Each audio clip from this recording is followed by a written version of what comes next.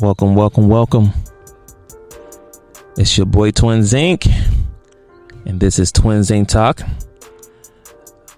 On this podcast here, we'll be talking about all subject matters. Nothing is off the table.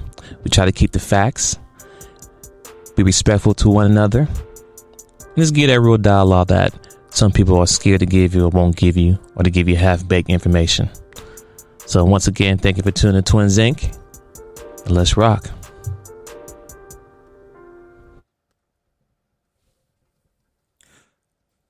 Good morning, everyone. How everybody's doing today? I hope everybody's having a great day on this rainy day. So as y'all see the topic. So first off, good morning. Hope everybody's doing good. Thanks for tuning in. So this morning, if you haven't heard, there's a new application app called the Clubhouse. And honestly, the application is a very dope application because you can go into a group of people that you may not know, but if you see the topic and like, hey, this might be something I want to jump into. So anyway, long story short, I jump into the app, and the conversation for the day was the Black agenda. And I was like, oh yeah, I definitely want to jump in and listen to this because, you know, other people be talking about a bunch of foolishness, whatever. So when I jump in the app and listen to what's going on, it's definitely Black people in there, and not just Americans, Africans, everybody from all over, but Black people talking about the Black agenda. Now, there's a lot of great things being said during this conversation. A lot of good, a lot of bad, whatever, indifference. You know, everybody's entitled to their opinion, their thoughts, their feelings, whatever. Also, if you want to interact with me directly, I'm on YouTube. I'm streaming on Instagram as well if everybody's on Instagram, but I am live on YouTube. So if you want to chat in, ask questions, go to YouTube, Twinsinc. Just like that, Twinsinc. That's where I'm at. That's where I be. But anyway, so let's get into the topic. So, there was I can't think of everybody's name because a lot of people in the chat, but the ladies it was definitely led by the ladies in the room, which was not a problem with me at all. But the ladies were explaining the Black agenda is the topic. So how Black Americans, people who are Black who live in America, who is really impacted on the things that's happened to in America, how we're constantly dealing with the system racism, you know, police, everything across the board, you know, and which she was speaking fast because it is what it is, and that we need to come together as a whole so we can really bring something to the table, or how we can not demand change, demand change, because that's what it comes down to. If we want to do it better, we have to demand something, right? You know, we had the Black Lives Matter movement, we had the contract with America, the Ice Cube was pushing all that good stuff. Cool. So there's a lot of things that was said, and I was trying to chime in to get my thoughts on the things, but my phone audio wouldn't work when I hit the microphone button to talk. It wouldn't let me talk. So I'm sitting there like, I'm going crazy because I want to rebuttal and say things back what people were saying in the chat. So there was a guy in there. He was from Africa. He didn't say which part, but he's from Africa, right? And I'll tell everybody this. Being ignorant is no longer an excuse. It's 2020 going into 2021. You have the resources to search and research things that you're talking about and know what's going on in the world, especially in America with the Black community. This gentleman had the nerve to say that, times have changed from, we had the Black Wall Street when, where at that time frame, Black people didn't have enough rights or anything to try to come back what happened. If you don't know what happened to Black Wall Street, you look it up, you should know. But it was a Black community ran by Black people, Black banks, Black everything that you own, pretty much own Wakanda and America that we was funding ourselves for us by us. FUBU. I love you guys. But at the end of the day, what happened was white people, racism, they came and bombed and killed it and destroyed the whole thing, right? So this guy was saying that, that happened so long time ago, and they can't do that stuff now. He's wrong right there. I mean, it's 2020, and let's be clear. Flint, Michigan, right, that has not clean water, is highly populated of Black people right now. And as of right now, they still do not have clean water. People are dying because they can't drink water. And if you know, the body needs water to survive. Point blank, period. Just simple as that, right? Even with the constitutional rights in America, when you look at the Amendment 13, we as black people, we still not people, compared to the white people in America. That's still there. That has not been removed out the constitutional rights. So, and then he said that, well, you guys are making an excuse. We're not making an excuse. We're in a system that's not for us, not built for us. Now, we might have put the blood, sweat, and tears to build America up, but they don't care about us when it comes to that point. So when he was saying those things, talking about, oh, we black people, we got the excuses. I'm from Africa. I grew up in this area with a war zone, and I believe that he might came from a location where it was a war zone. I understand that, but one thing that when I say we is black, we cannot compare someone's trauma to your own personal trauma. You can't say, oh, well, I grew up in the area where it was being bombed and all this and all that, and you black people in America, y'all got it good. That would be the most ignorant thing to say. Yes, you had trauma. I acknowledge that. But you can't pit anyone else's trauma above the trauma. See, the problem that why we Americans and black people can't come together, we can't even come together to understand that racism is still a problem, that it exists. This man had the nerve to say that, oh, that's back in the day. It's not back in the day, because the 60s is not that long ago. My mom was born in 1962. I'm just saying. It's not that long. My dad was born in 1950. It's not too long ago. I'm just saying.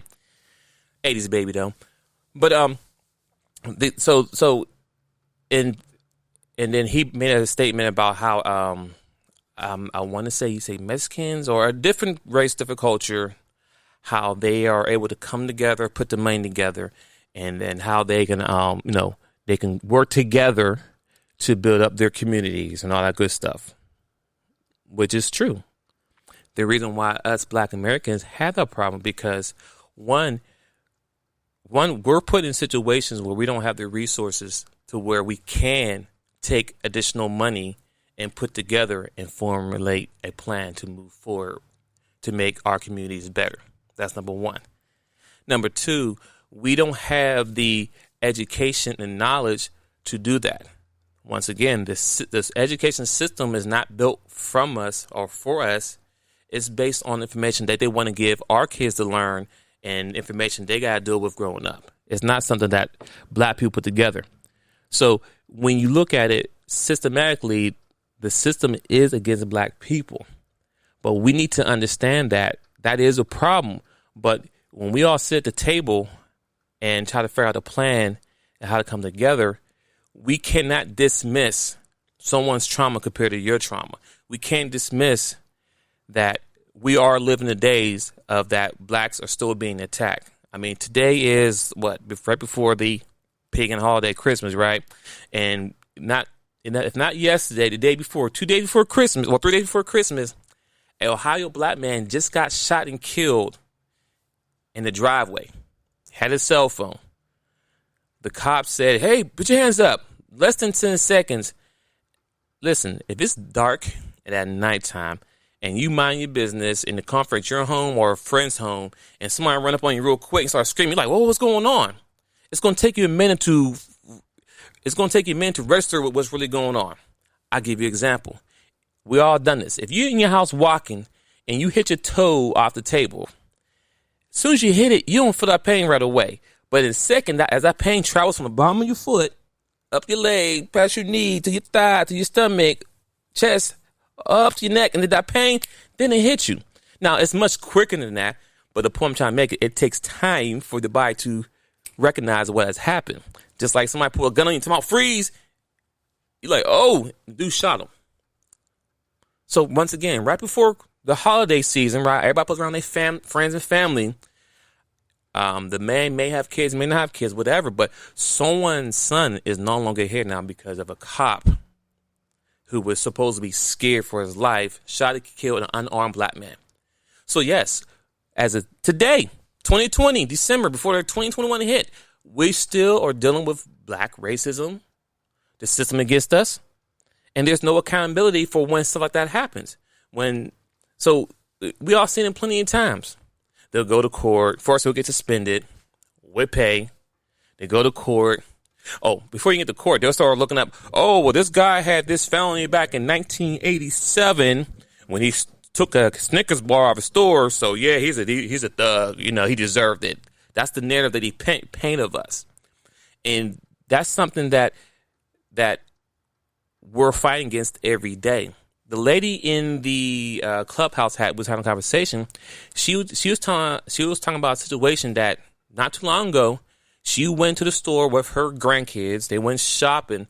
A white man, skinhead dude ran up to her and spit in the face, because she was just a black woman, and all the kids were hers by one husband. So it was one family. So it wasn't like she was just a woman that's sleeping around with many men, but husband's probably working, whatever the case may be. But the point I'm making is that till this day now, we are still dealing with the trauma of what's going on. You have to understand that when you have over 300 years plus of mental slavery, mental abuse, physical abuse over decades, yes, those things need to be addressed. We as black people, we need we need counseling. Point blank period. I don't care what it is. There's trauma that's there. And that's why we can come together for an agenda.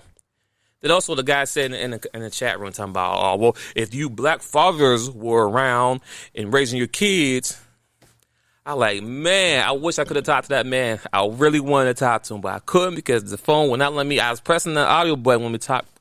But how dare you?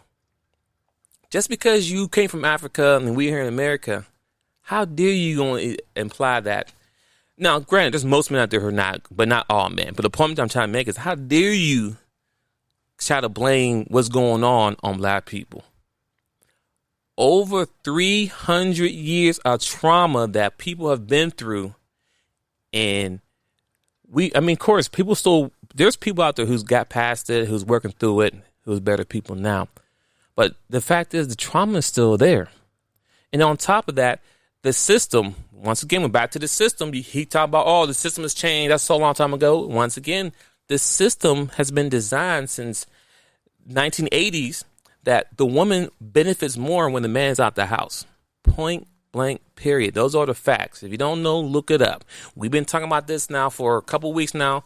If you listen to the top team, see right there, the top team. That's my other podcast, my homie, Seth the Dark Child. Shout out to you, brother. But we talk about these conversations all day, and we don't speak on the emotion. We speak on facts. And we challenge you to do the research, because at the end of the day, for us, the community, blacks, to come together to be better as one, it has to start at home.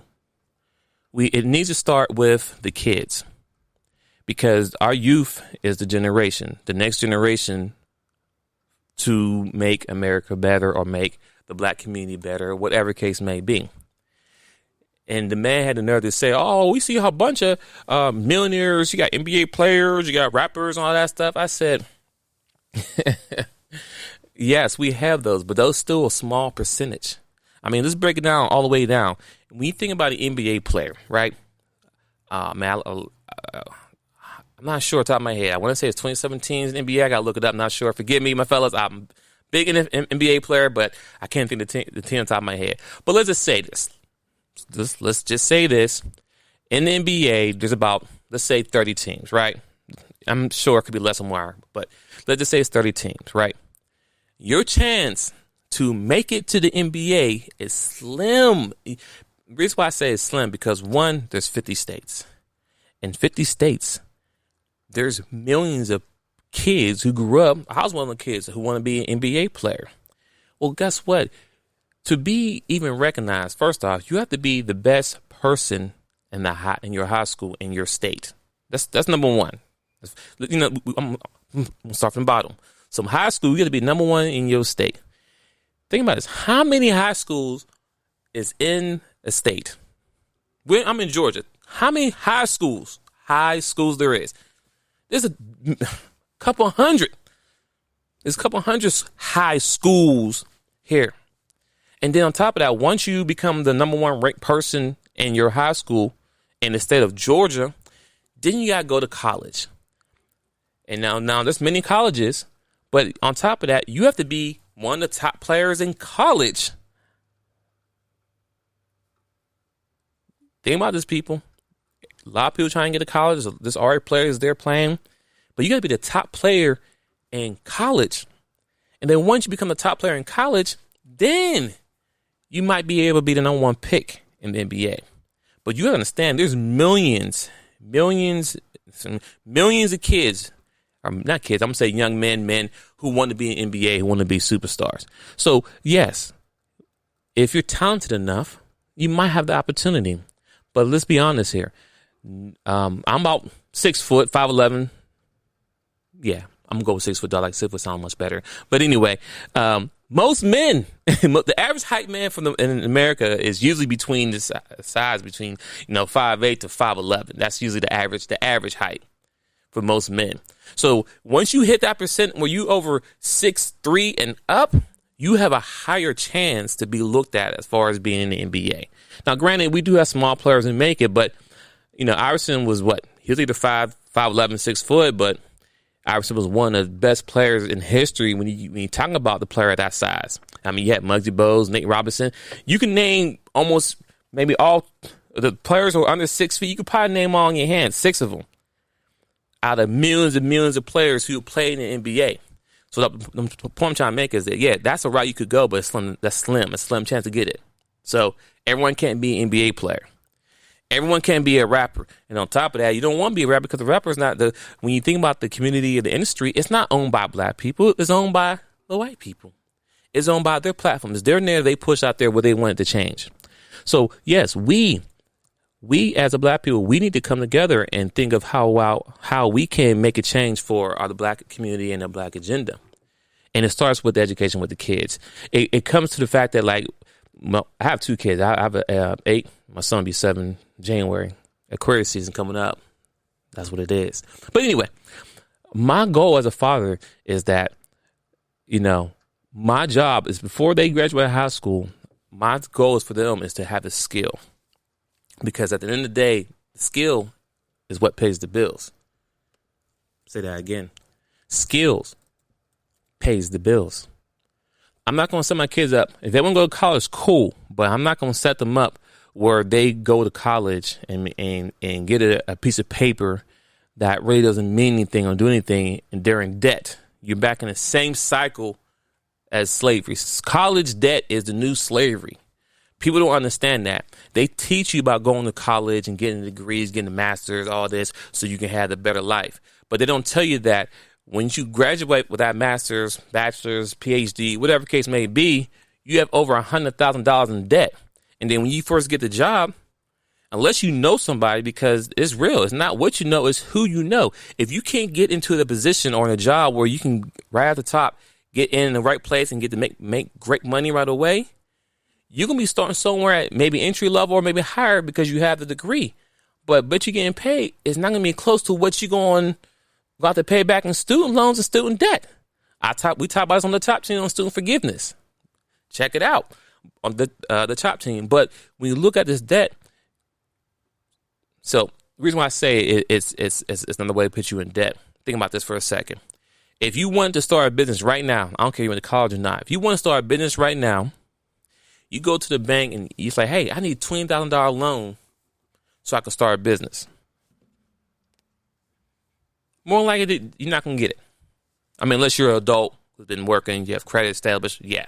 But I'm talking about somebody straight out of high school. If you want, straight out of high school, I'm going to go that route. Straight out of high school. If you want to start a business out the gate and you ask for $20,000, they're going to say no. But they be quick to give you over $100,000 student loans to go to a university for 4 years. Let that marinate for a second.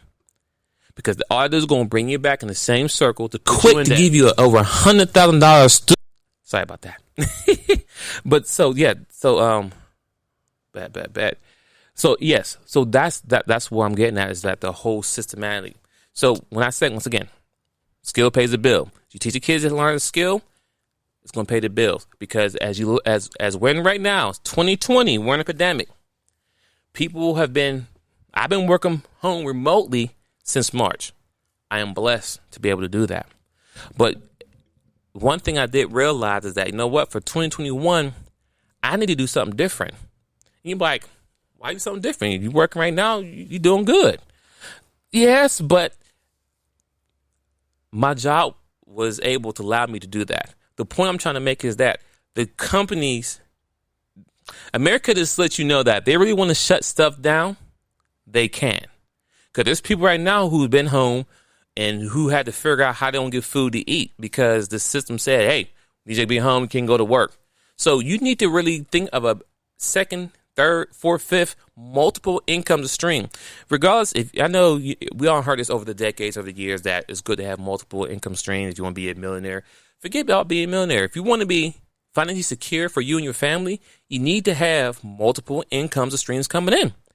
Because right now, any given moment, my job can call me and say, hey, we lost a lot of money this year, because the pandemic happened and we got cut back and we thank you for your service, sir, but we got to let you go. Boom.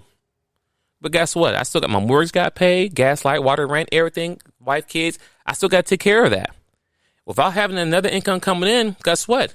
I'm in panic mode. Now I got to run and try to get a job. Oh, yeah, it sounds good, but you think about this. Right now, there's millions, and I mean millions, of people who's currently unemployed at this moment and who's currently looking for a job. So whatever job I'm trying to go to and do, guess what? They're trying to do the same thing. So there's a big line of people trying to do the same job because everyone, got bills, got paid.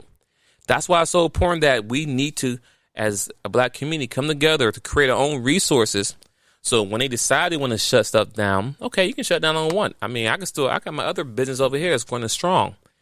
This is the things that we need to come together. And the guy was like, so what can we do? I mean, well, so you guys complain about, what's happening. Well, what is the solution? Solution number one is first understand that one, there is a problem with the black community. And number two, number one, understand there is a problem with the black community with the systematic racism and prejudice that we deal with on an everyday basis. That's number one. We need to understand that. And and the fact that, and number two, we need to be on the same page. I don't care if you came from Africa, you came from Jamaica, if you're born here in America, doesn't matter. You need to understand when they look at you, regardless of where you're from, you're still a black person, black man, black woman. We need to come together and understand that there's a problem. I understand that everyone has different trauma. I'll never dismiss anyone's trauma, but I'll never say, oh, your trauma ain't nothing compared to my trauma. Me living in a war zone is not compared to you starving at home, eating crackers while roaches run around your house all day. You being mistreated by friends and family, not friends, family. That's trauma right there. There's people going right now dealing with trauma based on family trauma. Understand that, people. This is real. This is what a joke. This is not a joke. This is real. You understand what I'm saying? We need to understand that. Number three, honestly, if we want change to happen in America for a lot of people, it got to start home with the kids. We can no longer use the excuse of, it's just been passed down through the family and it's something if it's something is going on and and your grandmother had to deal with it, your mother had to deal with it, and now you dealing with it, now you have kids. But guess what? You know what's going on now. You have the opportunity now to make a change. You can break the cycle. Understand that. You could be the first. When you look at these big companies out there, it started with somebody. You think about this. Puff Daddy, Sean John.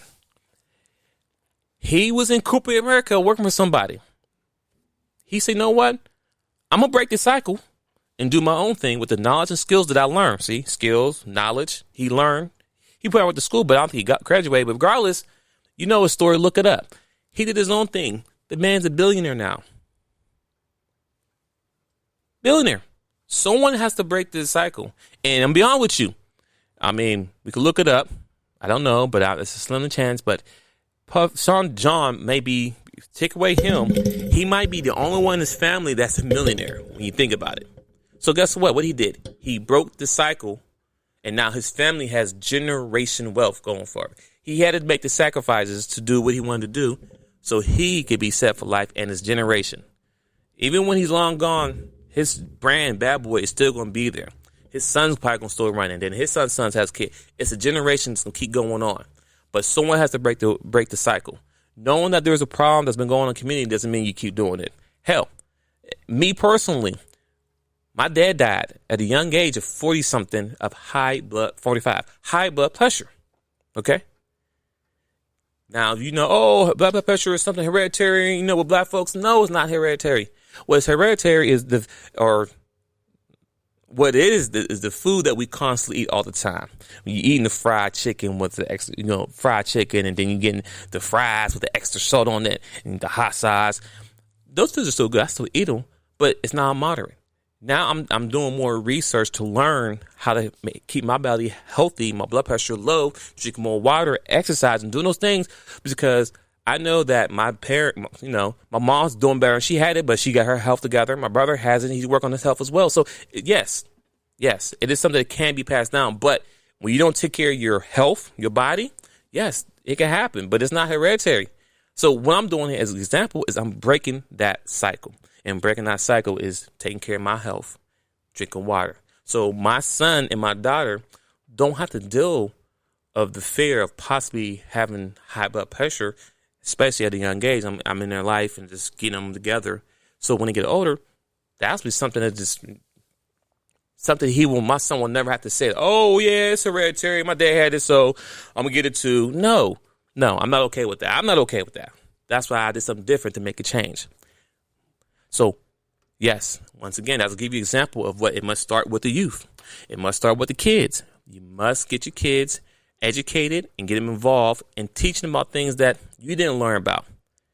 I didn't learn, I was youth. It must start with the kids. Sorry about that. For knowledge-wise, when I speak on this, politics. Yeah, I knew about it, but did I really go into it to really focus on it? No.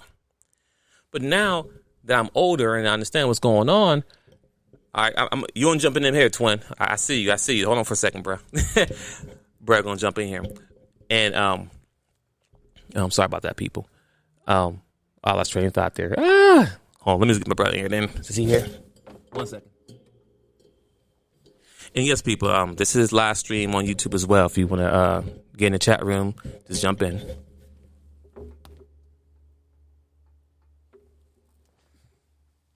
All right, I sent it to you, bro. But yes, I sent. It starts with the kids, and make sure your kids are educated and know what's going on, so they can pass on the knowledge and skill and wealth, so they can be better as young men and young women. What's going on, twin? Twin, what's going on? How you doing, sir? No, not much. Give me 1 second, bro. Give me 1 second. Okay. So yeah, that's number 3. Number 4, we just need to come together. When I say come together, we all just need to unite. And regardless of how someone may feel about what's going on, once we acknowledge that we are together on the same plate, then cool, let it be. Let's come together. It's okay to agree to disagree, but understand there's an end goal that we're all working towards to be on the same page. That's it. And then number 5, black men and black women, you need to keep the house together. You need to keep the foundation together. That is the number one thing that they implemented to destroy the black community, is separating the man and the woman from the house. You need to have the foundation of the black man and the black woman in the house working together to have a better generation to teach your kids. I mean, we talked about this on the chat team last episode. Who benefits more of the black family separating? We broke this down. So if you don't know, go to the chat team podcast, and the episode's there, and we break it down. But what's going on, twin? How you doing, sir? Not much, but I like your approach about, a lot of the information that the children aren't using is because it's not repeated. What I mean is it's called muscle memory. When you go to a job, I don't care what job it is, if they starting you out like, say, $15 an hour, they may not think that's a lot of money for that job. But if they stay there a year and they get a quarter raise, but they call it, 15%? I don't know how they do it. I never probably stayed long enough. But, they give you that percent. You look at that percentage, you're like, what is 15%? of my annual, hourly wage. And that's the tools that we don't have. We don't know that we can fight for that max. But we don't even, when you go to your first interview for your raise, you didn't even know there was a max. You was just happy to get a raise. Or happy to get a job, or just happy to get a job. You know what I'm saying? I got a job. You don't care. And they pay the bare minimum. You know what I'm saying? But you could have went in and asked for a certain amount of dollar. Yeah. So you figure when you talk about Congress or political or any tools like that, that's the same thing again. Oh, you can't vote till you're 18. Well, you might not have voted till you were 24, but you voting now because of Trump. You voted in 2016 when you were just 18 because you thought he was funny. You saw The Apprentice. You liked that stuff about him. But then after 4 years of it, you started liking about hearing your parents talk about heritage because as a kid, you grew up hearing stories about heritage. This president started bringing up basically things that, every once in a while, parents, Caucasian parents, a lot of times, they always say, why do we have to hear about Black History Month? So you figure we alienate ourselves for 30 days, the news, all kinds of different programming, history, for the other side to see us want to talk about Black History Month.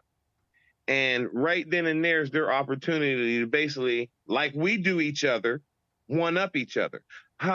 If Malcolm X was so great, like they just did LeBron. Hey, LeBron.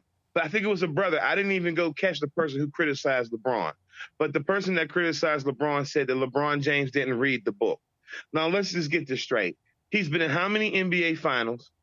He's doing how many different ventures? How many students does he help make them read? Because he got endorsed just by holding the Malcolm X book.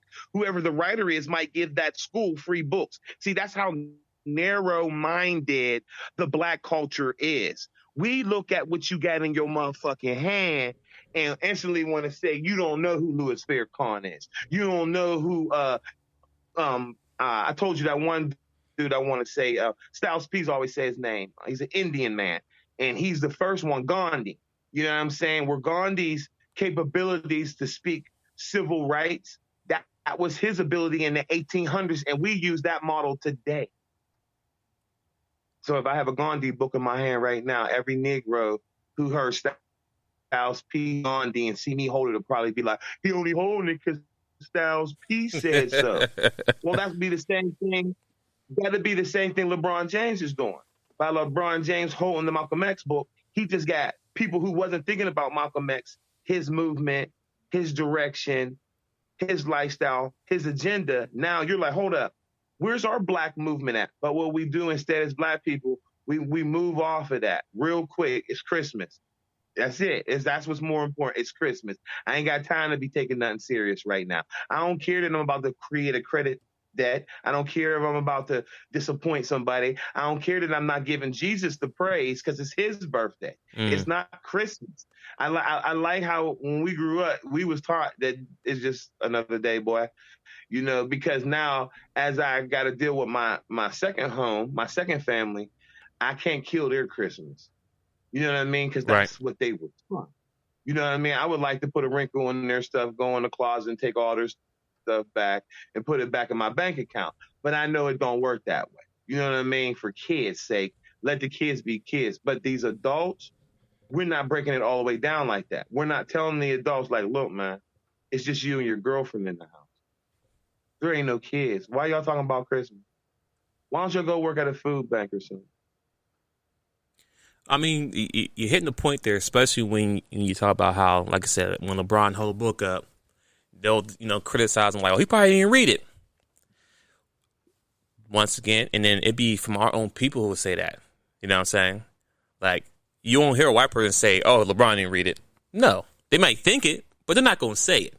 But the Stephen A's and other Black people in the media, oh, he didn't read it. He just holding it up. And then the AKA yes men, you know what I'm saying? They feed into that because they're being, and I talk about the yes men. If you don't know yes men, then go back in my catalog of Twinsinc podcast. I gave a whole breakdown on yes men. But they take whatever the words being told to them. They don't use critical thinking to think about what's being said or what's being presented. I mean, example, the man is using his platform. LeBron has one of the biggest platforms out there And why shouldn't he push certain narratives, right? Or, I mean, like you said, how many kids did he put through school? Free. And then going to college. How many? Do I need a book deal or not? Do I need a book deal or not? I think I would need a book deal if I was a school owner. Right. No, go ahead. I'm just saying, if I wore tennis shoes, don't I need shoe deal? Right. If I'm a school, don't I need a book deal? You need all that. But black folk don't understand. We need endorsements. We need us to stick together and be like, that's a good product. Even though we know this makes our shit fall out our head.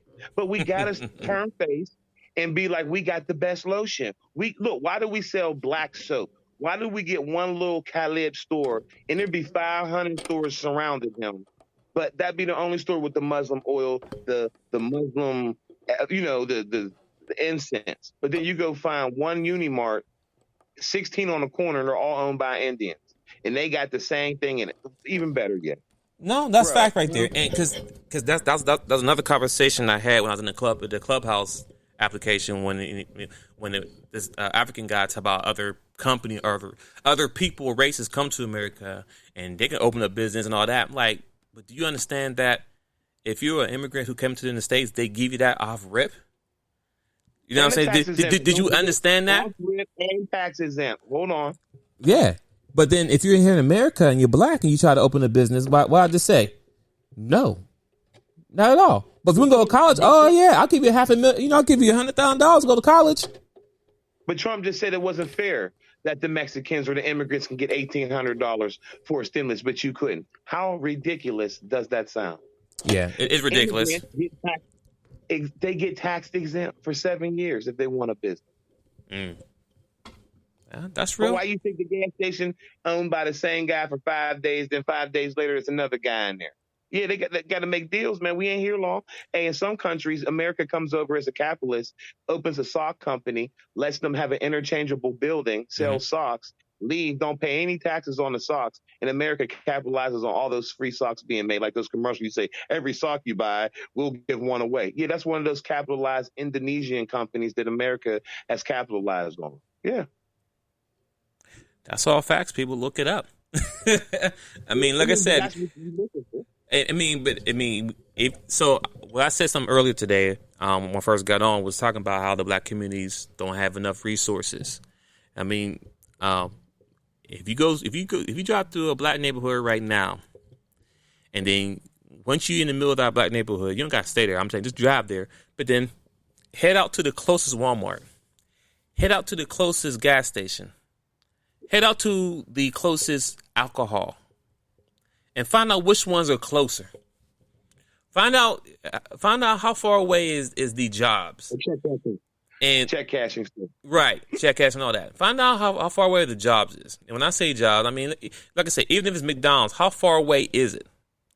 And also, is there transportation? Is there buses for them to get to where they need to get to? See, but if you go to the white neighborhoods and you do the same thing, everything seems much quicker and closer and convenient. I can walk around the corner. Oh man, Walmart about a mile here from where I live. But when I was in Pittsburgh and lived in Clarion, how far was Walmart? I had to get on 51. Had to go. Yeah, it was long. 45 minutes. Right. It wasn't 5 minutes. It was far. 45. Oh, 45. Right. So 5 minutes. So that once again, it comes back to resources. So once again, like I said, on the top of the black agenda, those are things you need to think about when you think about the black community and why we are struggling so much. This is what we're struggling from, bro. Our introduction is too strong. We need to bring it down 250,000%. Do you know white people just walk up to you and shake your hand and say hi instantly? Yeah. Period. That's all I can say. That's the problem right there. How do you think Verizon, can you hear me now? It's not motherfucker, can you hear me now? Bitch ass nigga, can you hear me now? It's not ignorant. It's not sustainable to be rude. It's like what Game said in his documentary when he first got famous. You can't be a killer and a businessman. It's impossible. You said can't be a killer and a businessman at the same time? we need to notch it down. White folk, you go to their establishment. Hey, how you doing today? Welcome to Firehouse Subs. Listen, how simple is it to say welcome to Firehouse Subs? And honestly, and still on the topic on the agenda and things to be done in the resources. Listen, Dr. Boyce Watkins. If that's somebody, if I say that name to you and you don't know who that is, but then you're not ready for change. You're just not ready for change. Just not ready for change. The book of Power Economics, if you don't know about that, you're not ready for change. If you don't know anything about the Ice Cube contract, if you haven't read the contract for Black America, if you haven't read that, you're not ready for change. And I'm not saying you took piece of snippets of someone's YouTube or CNN broadcast. If you haven't really sat down and looked through the contract for Black America, then you don't want change. You just want to talk. And anybody who's out there Black that's doing something for the Black community, if you haven't sat down and read anything to understand what's going on, you're not ready for the change. And actually, you're the problem. Keep it a buck.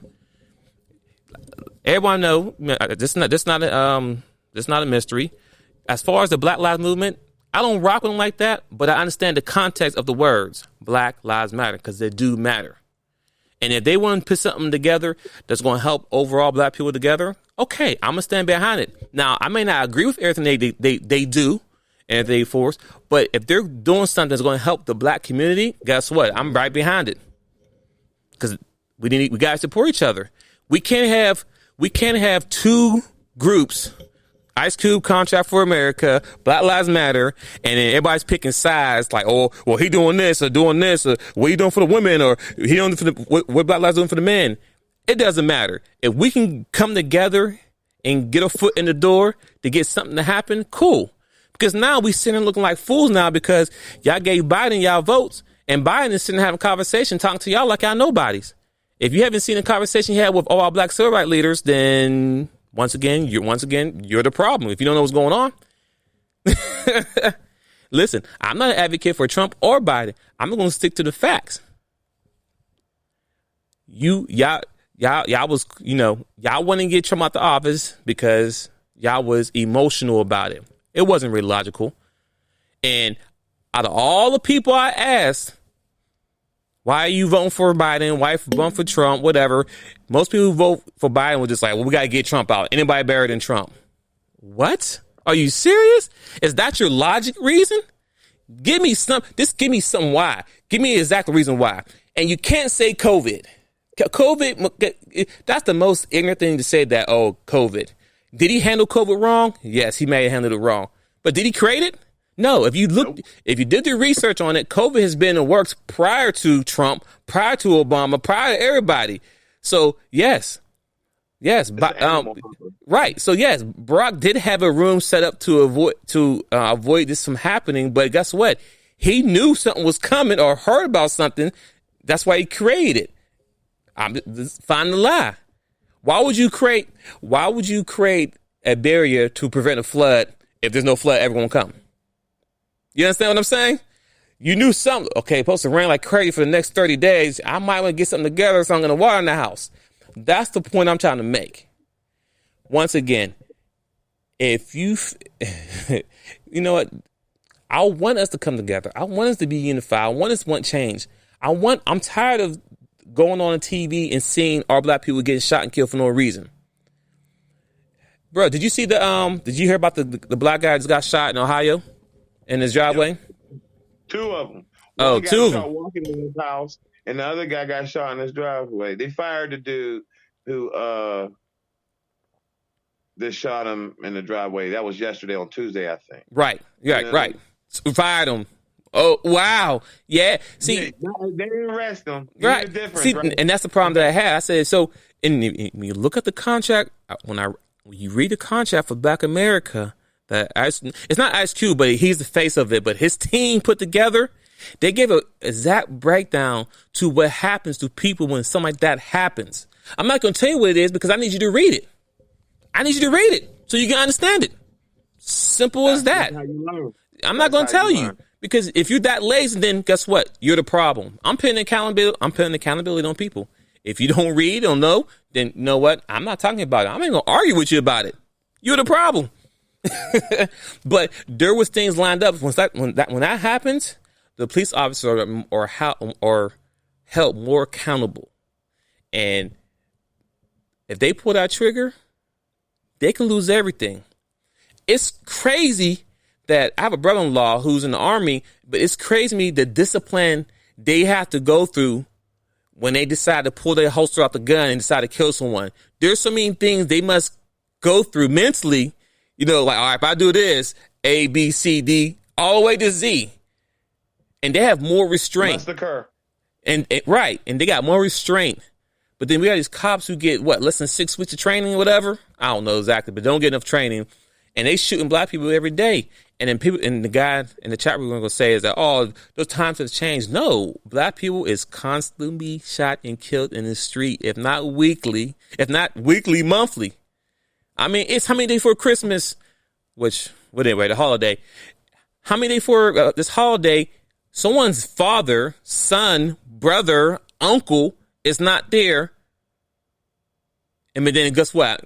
Guess what? In a couple more days, bro, you're going to see on the news talking about, back in 1980, he stole a Snickers bar out of a Kmart store, and yeah, he's a felony. Or he was drinking and driving, or he did a U-turn and got a ticket. You know what I'm saying? Bro, here's why though. It goes back to, as soon as somebody do something wrong, we do the Tory Lanez on you. We the Rick Ross, or we the Slim Thug going after Tory Lanez. Now I get it. You rich two people attack each other. But what we, the pawn, we go to the pages of each of y'all and we choose sides because we hear, Tory Lanez attacked a woman. Mind you, if we know the streets, we don't talk about bad things. So if we don't talk about bad things, then why would there be an opportunity for Megan Thee Stallion could have set up a robbery on Tory Lanez because he's a little small guy? We don't hear that part of the story because he don't want to tell his ace. But what we do is we get all these bigger people to make the guy who doesn't sell multi-platinum records to be the less fried. But it helps them. It helps them get richer, bro. What I'm saying is they don't go and call somebody out, small business, and say, hey, small business. No, they go buy a Checkers. They go buy a Wingstop. It's already saturated. It's like looking for oil. So then when black wealth comes around, if you're not willing to go buy $10,000 pants and then stitch on them, how can you get in business with him? He wants to wear extravagant stuff. You know how GLD became famous? It's a gold place. Wiz Khalifa was buying real gold off him, but a lot of people was buying fake gold originally. Mm-hmm. So really all that custom jewelry, and by Wiz standing behind it and the kids working out of Pittsburgh, it made them famous. You know what I'm saying? And then Rick Ross, he gets involved. But what happened was Wiz picked the small fry. Other rappers picked the small fry, got the endorsement of the small fry to make their jewelry. And now look at that company. They got an office in Miami. They got an office here. What I'm saying is black folk, whatever opportunity you get, when you get a lottery ticket, don't just go buy a $19 million house and don't realize there's property tax every year on that house. That comes back to the education piece. Mm-hmm. No, go ahead. Why don't you just go buy the whole city block? Why don't you just go buy the whole city block at Clarendon? That's going to cost you the most? $1 million? $1 million. At least you could put a Walmart there, a Family Dollar there, Costco's there, and you can make the money back off the property. And you can ride around with your loud music, selling dope. You can do whatever you want there. Well, I wouldn't say sound dope, but I get what you're saying, though. But no, that makes sense, though. No. I agree with what you're saying.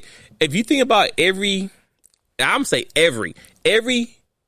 famous, or not famous, but every rich person, regardless, right? Black person. When we think about it, most of you guys grew up in the hood, right? They grew up in a location, and they all had their life stories. You can look them up. They give us these side stories of how they didn't have nothing. I had to live the street life because my dad wasn't right and had no resources, so I had to eat, right? But then once you make it, listen, you don't got to still live there, but you can create generational wealth. Like you just said, you go back home and buy the whole block and then put in fast, restaurants and business opportunities and your name and hire people to work at, guess what? You ain't got to be there, but that's your business. And that's going to create what? Generation wealth. Because that business will keep flowing, especially in that same community. If you take care of it, get the right people in there, it'll keep going. So even when general managers, they gonna be making money. You're gonna create property managers, they gonna be making money. You're gonna create an architect, they gonna be making money. So at the end of the day, why are you scared to see other people make money is the point I'm trying to say. Because the whole rat chase was, I said, what I'm saying, the whole rat chase is the illegal part. They want to take over something. You can't take over something that don't belong to you is why I went back to that, bro. Mm-hmm. The mentality is still about taking over. All right, cool. You want to take something over. You can't take over a general manager. He got to follow the McDonald way. He got to follow the McDonald POS book. You can't take over Costco's. He got to follow Costco's POS book. So at the end of the day, not only do you need an accountant, you go get your sister to go to school to be an accountant. You go get your brother to be the bank man. Whatever you need to do to put everybody in a position you trust. Listen, and then start talking about generational wealth. And listen, and I'm with you on that. And it goes back to earlier what you said about LeBron James. If you realize, if most of his friends he grew up with, he just didn't give them money and live your best life. He put them on to where they could be their own business. You know what I'm saying? He put his whole team on. And if you don't know people, look it up. See, that's a whole nother topic, but that's another example of the media trying to find ways to tear down LeBron, and they can. They hate him because he stands for us. Us mean black people, black excellence. Regardless, if you don't like him because on his court play, the way you play, or a certain way you play, okay, cool. That's a style thing. But when you start attacking the man's character and everything like that, now you're getting out of pocket. Now calling the man soft and all this. I'm like, who punched Shaq? I mean, who punched LeBron in the face? Who slammed LeBron? Who punked? Who made him cry? Who made him walk off the court crying? Like you say, he's soft. How? Where? But that's a whole nother talk about the basketball stuff, because they'll go, oh, back in the Jordan's era. Here we go with that. But listen, we're about to wrap out here the show about to end soon. But another name you should know about, and if you don't know about, is Claude Anderson. If you don't know who that is, look it up. And if you don't look it up, I'm gonna say it again. You're the problem. You don't want change. You don't want better for your kids. Because at my age, it's not about me no more. It's not about Twinsinc. It's about my little ones. I want them to have a better lifestyle, better life, better education, better knowledge, so they can make America a better place. Simple as that. It's going to start with the youth, because our generation, people still brainwash, and we can't. You know what I'm saying? We're brainwashed. We can't sit at the table with each other and just understand that there is a problem and we move forward. No, we're going to try to figure out, well, you didn't have it that bad, or you didn't have it that bad. And we are going to try and compare who had the worst trauma. Like, that's something to even brag about. Compare. You're right. You know what I'm saying? You compare, like, there's a problem. Let's work on it. Let's go. And I'll say it right now. Black Lives Matter. Make a contract for Black America. They trying to do something for black people, but y'all picking sides and just figure, hey, let's rock with both of them. And once we get our foot in and get something together, then we can talk about what we want him to do, what her to do, and how we want it to work. Can we get in the door together first? We can't agree. They're sitting at us, looking at us like, oh, they can't even come together and figure out what they want to do together. That's why when the civil rights conversation Biden had, he talked to them like they was little kids. I said what I said, and this is what I said. What? I said, you see it? You see it? You got, hey, oh, yeah, look it up, man. He taught, listen, he taught bad to our civil rights leader. Al Sharpton and all, he taught bad to him. Like, he talked to him like those little kids. We had to put him in their place because they ain't going to control his White House. He's still a white man. No, and I understand that. But see, the problem was, the main problem was when Ice Cube started the whole thing of the contract with Black America, he was trying to have this conversation before anyone got elected. But guess what? Because at that time frame, we, as Black America, we had more power because they wanted our votes. Right? So he was trying to get his foot in the door to see, you know what I mean? It wasn't the end all be all, people. Let's be clear. Ice Cube's contract is not the end all be all. But it was the simple fact that he knew, and other people knew, that if you want something from America, you need to get it because you got to get something because they want something from us. They want your votes, right? They want all of us to keep voting Democratic, right? They did everything. They did everything. They make it sound good to get us our votes. And when they get our vote, guess what? Oh, we don't care about y'all. I said what I said, and this is what I said. I'm the only one that did this and did that. You gotta watch it. He said, hey, I'm the only one who stopped racism and got rid of the president. I'm like, what? Yeah. You got. It's crazy. I'm gonna send the video to you. But yes, yeah. I ain't expected to be this long on this talk today, but I had to get this conversation out because the fact that the problem is if we want change, we need to come together and just move forward together and stop trying to fight each other. You know, anything you want to say before we close out here, bro? No, you nailed it. Just work together is the key because on an even number, now we're on an odd number this year with a new president. Yep. All right, cool. So once again, people, like I said, I'm gonna get some homework to do.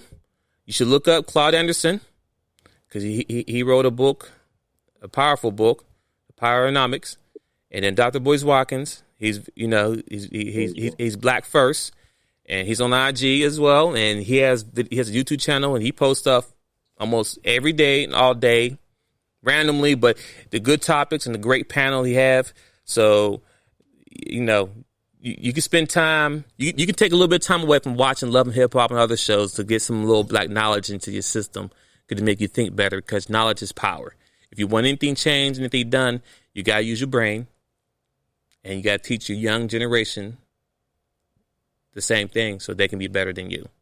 So that's all I have today, bro. Thanks for tuning in for the show. I appreciate you popping in, man. So, you know, anytime you see me live, you can always jump in, man. I will, bro. Have a good day. All right, man. Have a good day. Tell the kids I love them. Yeah. Your wife, I said Merry Christmas. All right, man. Happy holidays to you and your family as well. We out, people. All right. Later.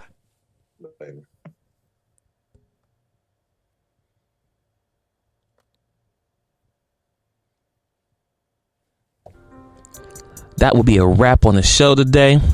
Thank you for tuning in to the show. I really appreciate that. Please reach out to me on IG at Twinsinc, Twitter, Twinsinc as well. If you have questions, you want to be a part of the show, you can send me email at info@twinsinc.net. You can even go to twinsinc.net as well. But once again, I really appreciate the time that I was on the show today and the guests. So please come back again. I'm out.